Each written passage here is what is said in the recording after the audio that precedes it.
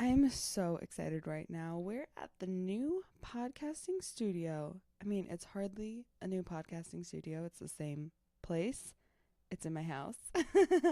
But I have new equipment finally.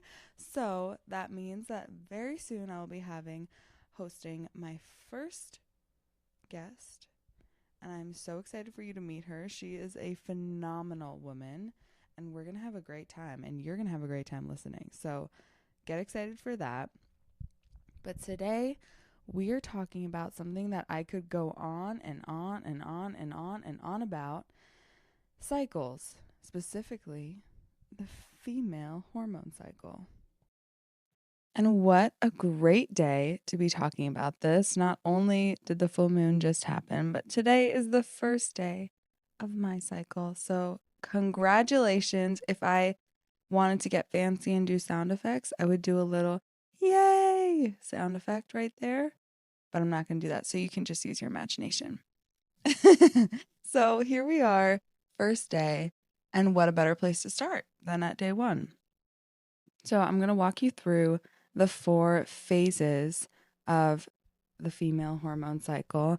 And I do just want to do a little disclaimer before we get started. So when we're talking about female hormone cycles, I want to acknowledge not everybody has a regular cycle. And by regular here, I mean a cycle that comes predictably the same time every month, and it's predictable. And it doesn't mean that you don't have things like PMS symptoms. It just means that you are consistent and it's predictable. Now, not everyone has that. People are on hormonal birth control. People have things like PCOS and endometriosis. So I just want to give that little disclaimer that when I'm talking about this, the 4 phases, it might not apply to you. And just in case that is you, there is a way that you can still maybe think about these concepts and figure out, okay, maybe I want to reframe this phase of my cycle like this and still apply it in a way that works for you. And as always, just take what resonates and get rid of what doesn't work for you. Okay? So, the 4 phases of the female hormone cycle are menstruation, follicular, ovulation, and luteal. Menstruation is the first one. We go from day 1 to day 5 or 6 or 7, sometimes day 1 to day 3. You know, it changes. It's when you're bleeding, and it's the time of the inner winter. So it's the time of stillness, of rest, of all of the goody things that winter comes with. It can be harsh, it can be cold, but it's a necessary time of frosting, of settling before we move into follicular, which is the inner spring. And the inner spring can sometimes feel like you're coming back to you. Your energy is coming back. Your excitement about life is coming back. The flowers are in blooming. And yeah, this is the time when our hormones are building back up. And so, again, the energy comes back. And then they kind of peak at ovulation when we feel our most hot, most fertile. Biologically, this is the time for us to be really feeling ourselves, because that's when we're going to have sex and reproduce. So, this is the time when a lot of women feel their best. And then we go from that peak, that inner summer where we're social and vibrant and bopping around, able to do a bunch of things in one day like nothing. And then we go into our luteal phase, which is a lot of times the most challenging phase for women. Sometimes more so than the period, because it comes with a lot of emotional a lot of emotions. And a lot of times we're not taught how to process, how to work with this, how to just like meet ourselves in these more highly emotionally charged times in our lives. And because this happens every 28 days or so, it can be challenging. So the luteal phase is a time that's labeled inner autumn, and it's a time when old wounds will resurface, our ability to navigate challenging situations and emotional situations actually decreases. Like we have less capacity for, I would say, BS and nonsense. um, but less capacity in general. We need more rest. We need to eat more, and our energy is lower. Our attention is starting to shift from an outward focus, where it was very outwardly focused in the ovulation phase, to a more inward focus as we move into menstruation. One of my favorite ways of thinking about luteal is this metaphor of inner autumn. And it took me a while to really figure out, okay, how does inner autumn really work for me? Like, how do I want to relate to this? And an image came to me. It was the image of the leaves being stirred up on the street. You know how they make leaf tornadoes all around? And that really spoke to me of just like the chaos that sometimes feels like is happening during this phase. And then there's also the other part of this, which is that we don't like the leaves. Like during the fall, one of the things that I dislike about fall is how often I hear a leaf blower or smell a leaf blower going on around me, and people are cleaning up their yards. You know, we try to make it tidy, we try to make it work, but it's like the leaves are going to fall again. And so, relating this to the luteal phase, it can feel like, you know, you want to clean up, you want to just like make yourself presentable and just feel like everything's not a mess. But it can totally just feel like everything's a mess. And so, yeah, there's another really sweet metaphor that I like for this that I just heard, which is that you can think of our cycle, you can think of a a shoreline, so a rocky shoreline where the ocean meets the rocks, and usually when it's high tide, the water just covers the rocks and we're all good. But when we're in the luteal phase and the water is in the low tide, the rocks are all exposed. And so you can think of this as those very raw emotions being exposed, sometimes old wounds being exposed, old patterns and habits coming back. And when that happens, it can be really hard. And I'll talk about this in another episode, what to do when old patterns come back. But just know that I see you because I know how hard that is. So, those are the 4 phases in a nutshell. Obviously, there's so much more to talk about with these, but what I really want to focus on today is just giving you an overview of the phases because I know it's not talked about in school a lot or in life a lot. And so, a lot of times there's just a lot of confusion, questions, and information. And I'm somebody who really appreciates metaphor and image and symbolism over the science. Like I think the science is cool and I enjoy knowing what's going on, but honestly, for me, it makes a lot more sense to just hear the image and the symbolism. Like I can really digest that and hold on to it more than I can hold on to luteinizing stimulating hormone. Like what even is that?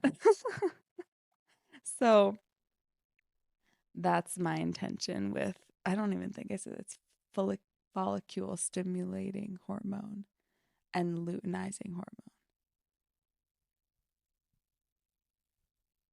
We're going to just move over the science stuff. So I want to talk about some things that I've implemented that have really changed the way that I relate to my cycle. And I want to say I've even just integrated it into my life.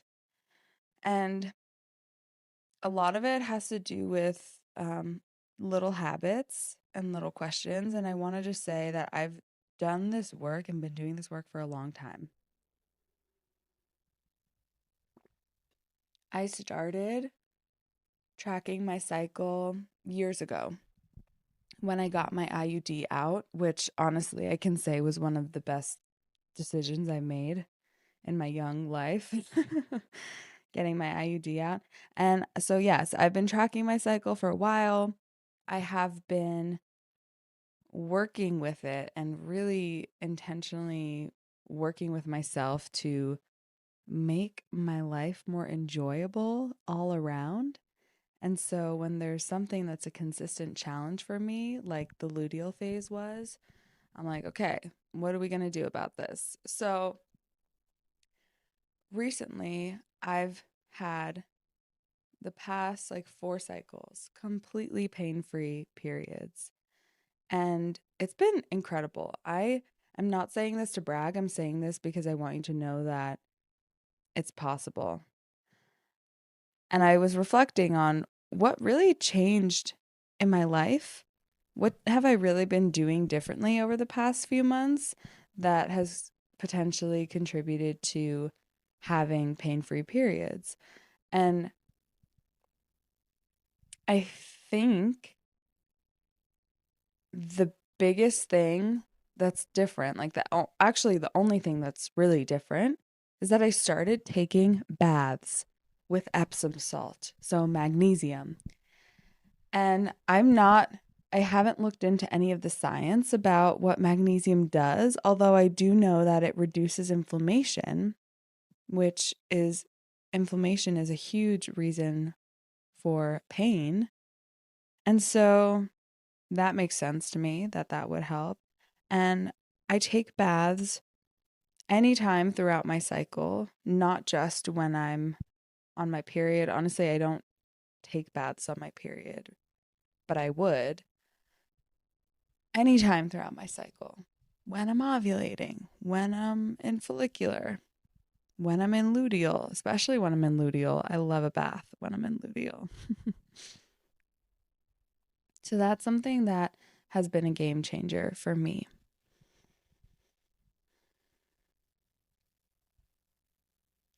The other thing that really works for me is consistent exercise and matching my exercise to how I feel.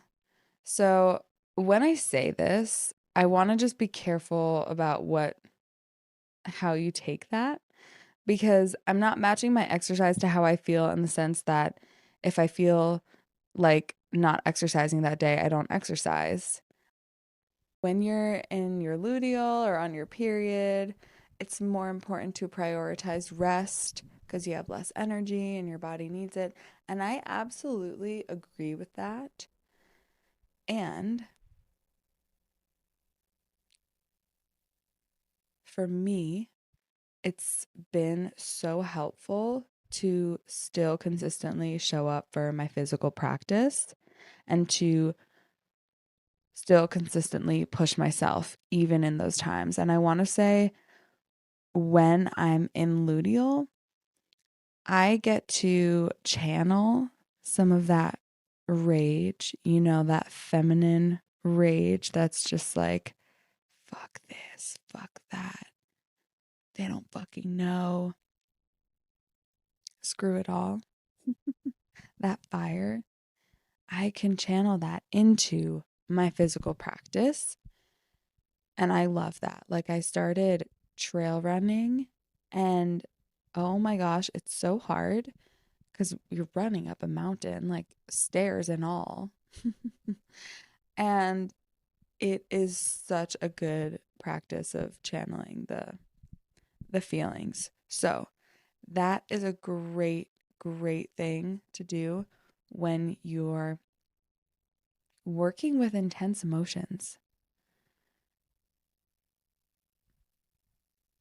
And of course, you don't want to overdo it.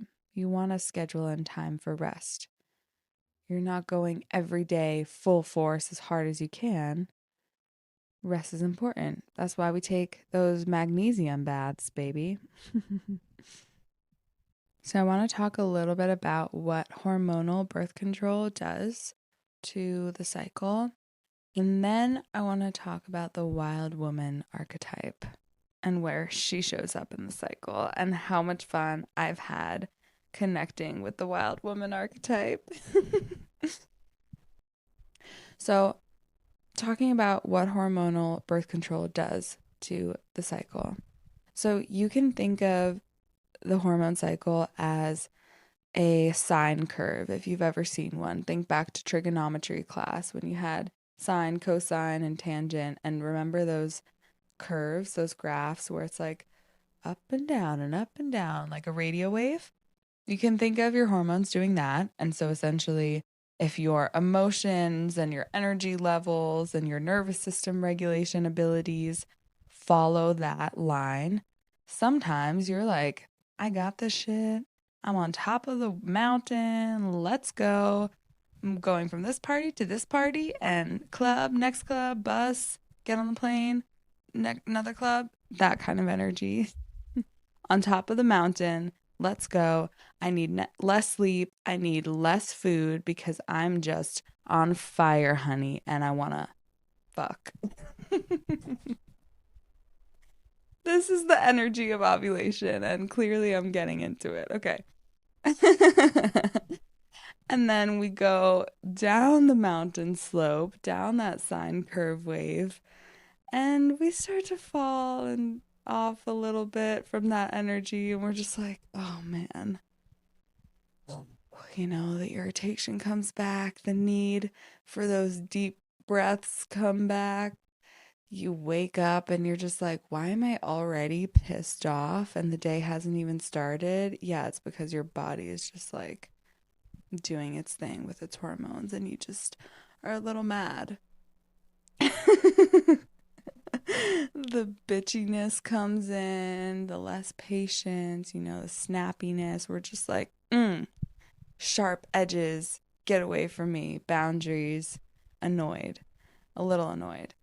And I want to say that that annoyance is a signal to you where you can give yourself more boundaries, where you can give yourself more grace, more forgiveness, all kinds of things. I'm going to do a separate episode about luteal phase specifically because there's a lot to say there and I'm getting off topic. So back to our sine curve, okay?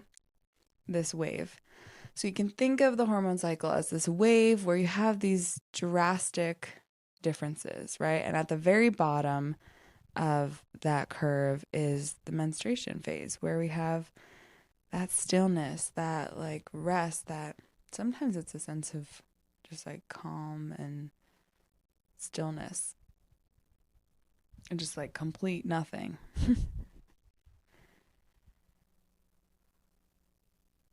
What hormonal birth control does is it kind of cuts off the high and the low. So it flattens or shortens the experience of those hormones where you're only getting like a little peak and a little valley instead of a big peak and a big valley. So this is why a lot of women find that it's really helpful for treating symptoms of PMDD or PMS because it kind of takes away the low and the high. So it keeps you in this pretty regulated, pretty low extreme state of hormones. And so that translates into how you feel your emotions. And a lot of Women might describe feeling like not themselves on hormonal birth control, or feeling like they can't cry as easily as they used to. And that can be contributed to being kept in that maintained state of hormones, balanced. Now, I am all for you doing what works for you. There is absolutely nothing wrong with taking hormonal birth control. It's just about what works for you. If you want to and it works, do it by all means. If you don't like what it does to you and you want to go off it, go off it. Do what works for you, okay? So, that's the little thing about hormonal birth control. Keeps you in that state of regulated hormones. So you're not experiencing those high highs or the low lows. Now, you may very well experience a cycle, and you may not. Now, for my perimenopausal and menopausal ladies, you are in a whole other realm of what's going on with your hormones. And so I will speak to that another time, although I cannot speak from my personal experience about that. So there are a lot of incredible women talking about perimenopause and menopause. One of them is Rachel Hollis. I know she talks about it a lot on her podcast. Let me think who else. She's who's coming to me off the top of my head. And then if you're curious to learn more about the cycle in general and explore it on your own, there's a great book called Moon Time by Lucy H. Pearce. And another one that was just recommended to me that I haven't read yet, but I will, it's on my list, is called Wild Power. And I don't know who that one's by, but you'll find it. So those are some books I would recommend. And then again, I'm going to be, I mean, this is such a big part of my life and I love talking about it.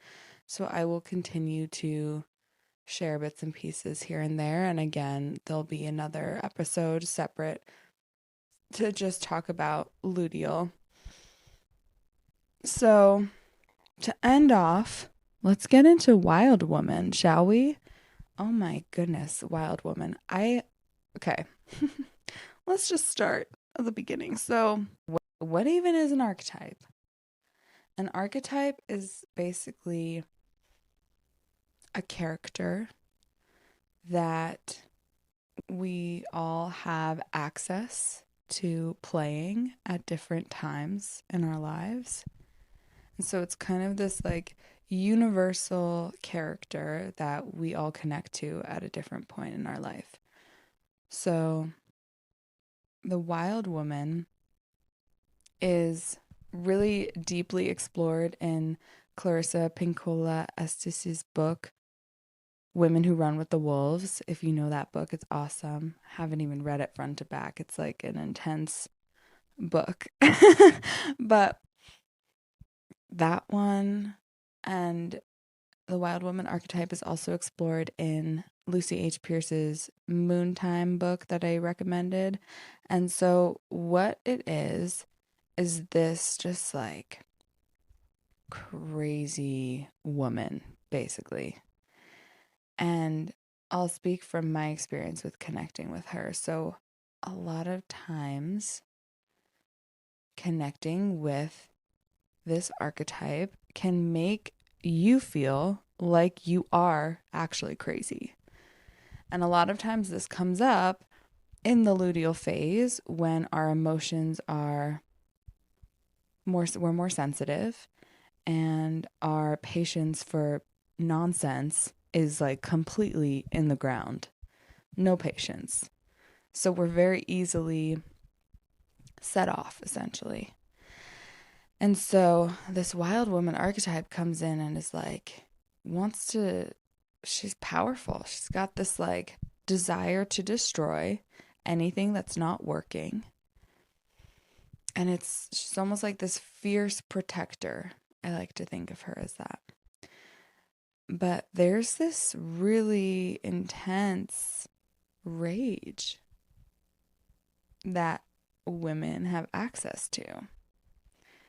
And it comes from being historically victims of violence and oppression. And even if you have not explicitly experienced violence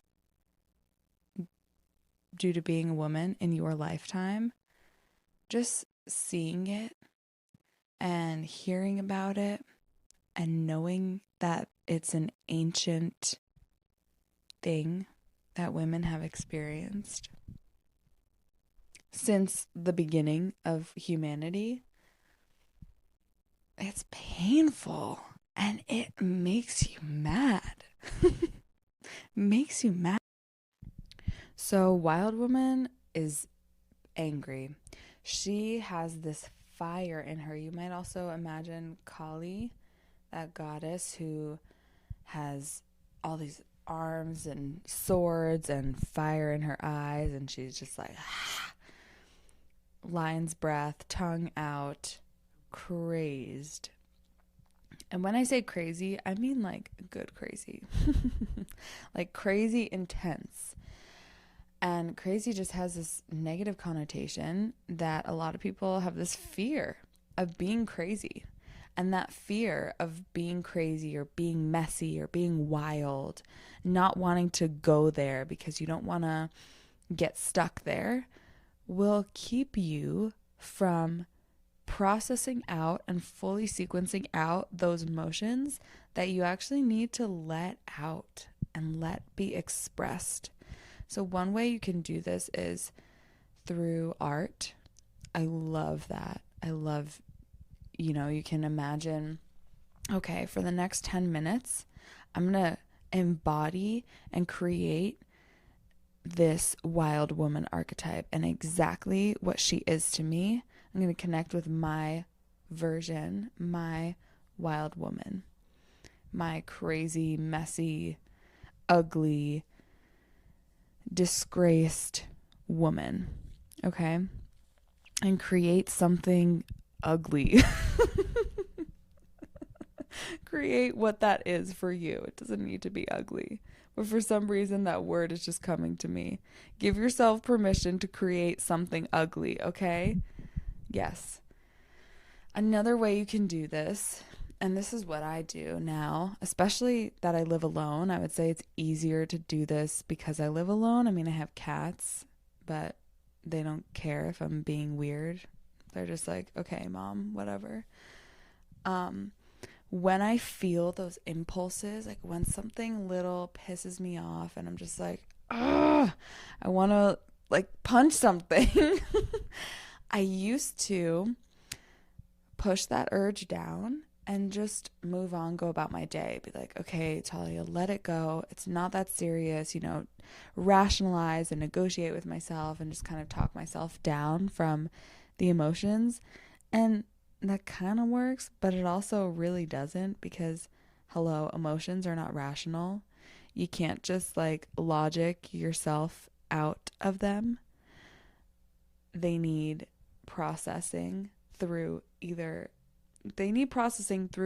own language. So the language of art, symbolism, imagery, a physical movement, okay? That's the emotion. That's the language of emotions.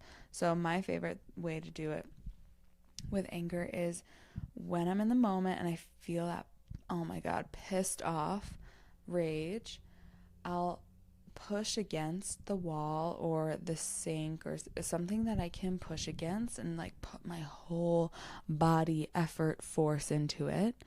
And I make my growl face and I just let out a growl and I'm just like, curse, say what I need to say about the damn thing and like lean all the way into that feeling as much as I possibly can. And let me tell you, it feels so good. It feels so good to fully express it. And it doesn't feel scary like I thought it would. It feels good. And oftentimes when I do that, it takes a minute or two, but I eventually get to a place where I'm like, okay, I feel better. And now I can actually move on. Now I can actually let it go because I let myself process it. And it's not staying stuck in my mind as something that I keep thinking about. I move on. And it's so fun to growl and be in that wild woman, angry, ugly, messy. So fun. So that's my invitation for you to explore this wild woman archetype however you feel called to. You might even read about her more if you want to in those books that I showed you, or even just do a Google wild woman archetype and explore. How does that show up for you in your life? Where do a lot of times we suppress this part of ourselves. And so bring her back, invite her out. We're now at the end of this episode, and I'm so glad that you were here. Thank you for being here.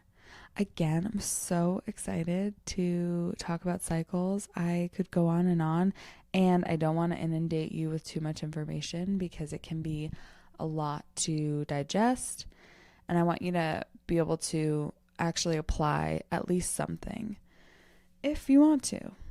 So let me know what resonated with you in the comments. I'm so curious what your wild woman is like.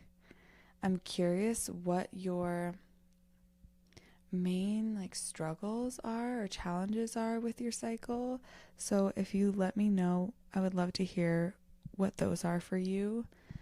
I would also love to hear, did you learn about periods and female hormone cycle in your school, or how did you first hear about it?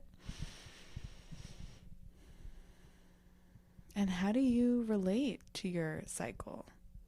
And how do you want to relate to your cycle? And have you heard of the wild woman archetype before? How do you process and deal with your anger when it comes up? Do you ignore it? Do you let it out to play? So that's all I have for you today. Thank you for listening. If you learned something, give me a little thumbs up. Follow the podcast. Find me at my website, taliamatz.com. Find me on TikTok, Talia Matz. Find me on Instagram, Talia Matz. Find me in Boulder, Colorado, because that's where I am. And sometimes I go to New York, and I could go all over if you want. Find me in my email. And you can find me in your email if you sign up for my newsletter at my website. Thank you so much for being here. I hope you have an amazing day, and I hope you have an amazing time until I see you next with my gorgeous guest. Can't wait. Love you. Bye.